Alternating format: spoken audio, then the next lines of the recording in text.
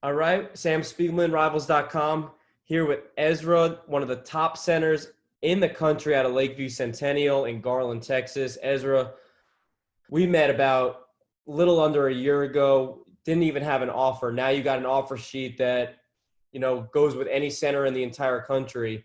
What have the last couple of months been like? Obviously, with COVID has taken its toll, but your recruitment is at its peak. Just walk me through what your life has been like the last couple of months, man. Um, Really, it's for me. I guess it's the same. Uh, I've been playing football since I was like 3 or 4 years old, and I just always worked at it, always loved it, and got to high school. I never thought I would have been playing center at all. If somebody would told me that, I would have been like, "You're crazy."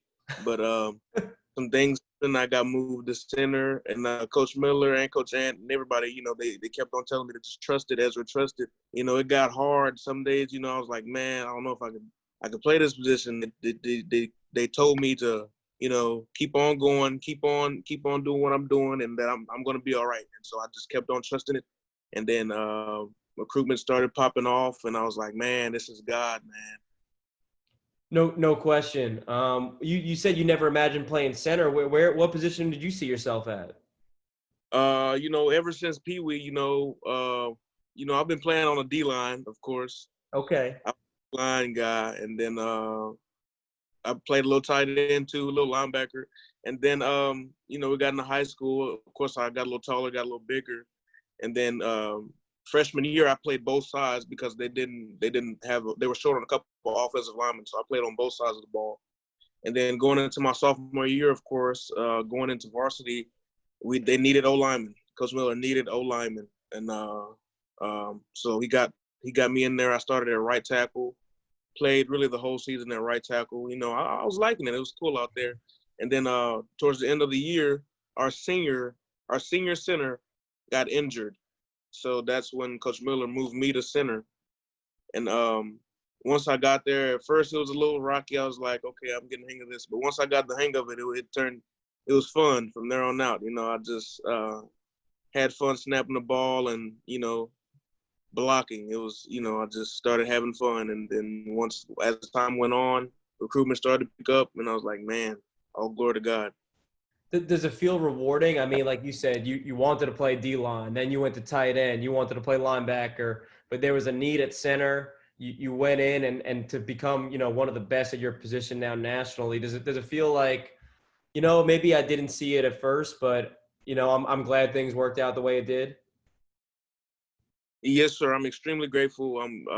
It's awesome, to know where I started, and where I'm about to finish and where I'm going. It's rewarding, and I'm just happy. I'm grateful. Everything. So with your recruitment taking off, I mean, I remember your first offer. What was the first offer that kind of raised your eyebrows? Like, oh, okay, well, this thing is getting interesting now. Uh, I think it was Vanderbilt. It had to have been Vanderbilt.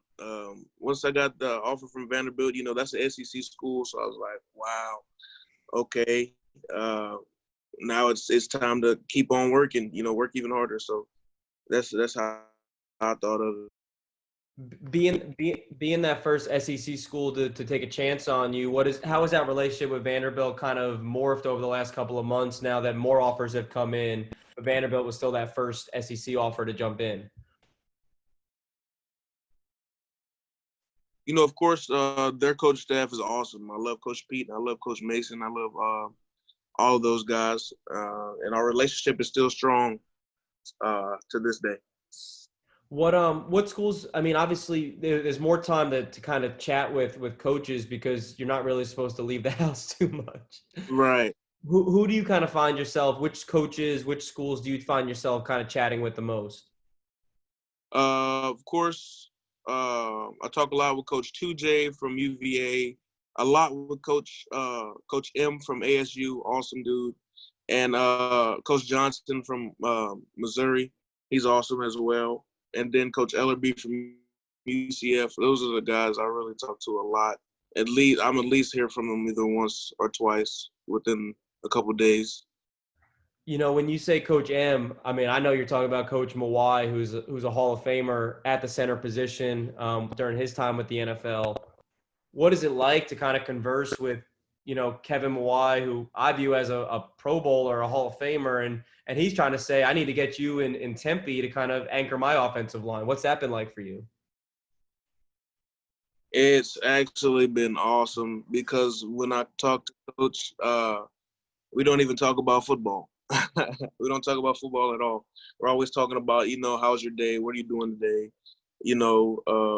We talk religion. We talk, a lot of different things that doesn't even involve football. So it's always awesome talking to Coach, and I always look forward to it. Vanderbilt is a great school academically. I mean, when I think about those kind of schools, I also think of Virginia as well.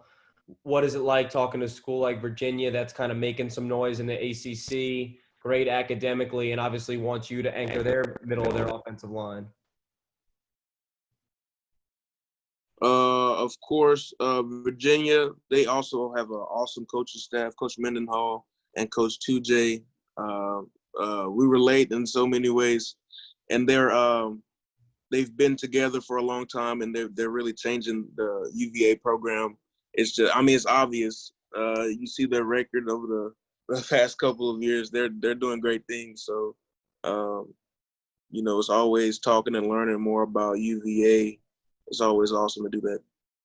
Mizzou has made some noise in Texas over the last couple of years. They always seem to find hidden gems, but you are not a hidden gem. You are now a gem that we're all aware of. Talk to me a little bit about the push from the Missouri coaches. Obviously, you had some interest in the SEC when Vandy offered.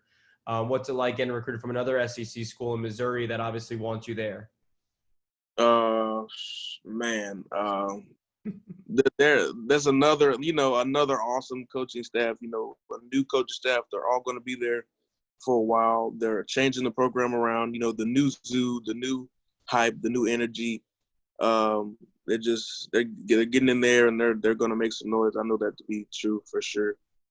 Is there a school that is kind of recruiting you the hardest, or a school that recruiting you a little bit different right now that's kind of standing out? Because I know you can't visit anywhere, so it's all about these virtual tours and these phone conversations and FaceTime calls.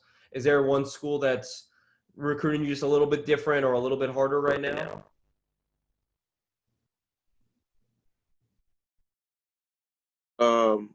There are a couple schools that are recruiting me a lot harder than the others.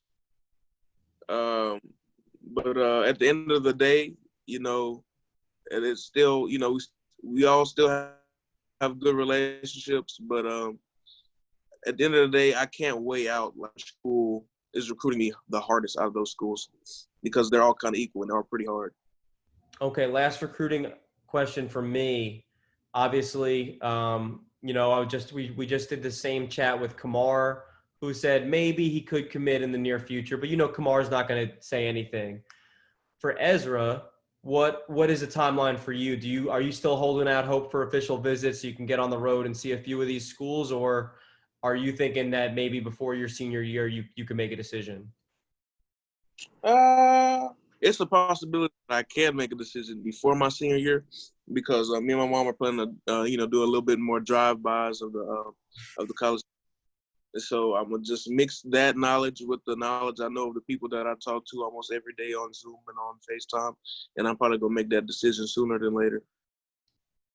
Well, if we're expecting a decision soon, that means we can look forward to hopefully January, seeing you in San Antonio, just a drive away, getting a chance to compete with the other All-Americans.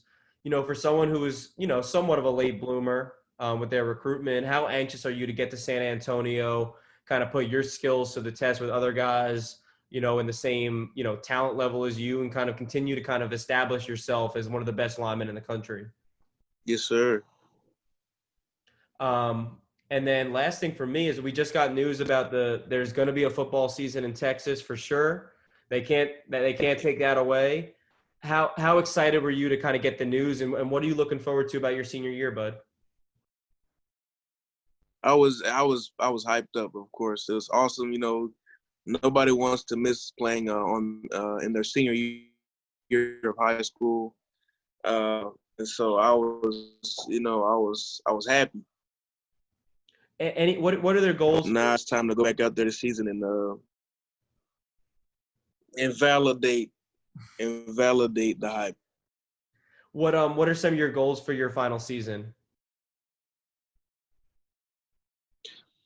For my final season, I really, I think we have the talent on our team to do that, and I really just I want to get one for our team and for our coach staff, for our program. And before we say goodbye, let's get a look at that goat shirt, because you actually have the actual goat on your shirt. Let's get a look at that thing. Are you a big Ali fan? Yes, sir. We are in the same boat on that, Ezra. Can't thank you enough for the time, man. I appreciate you hopping on. No problem.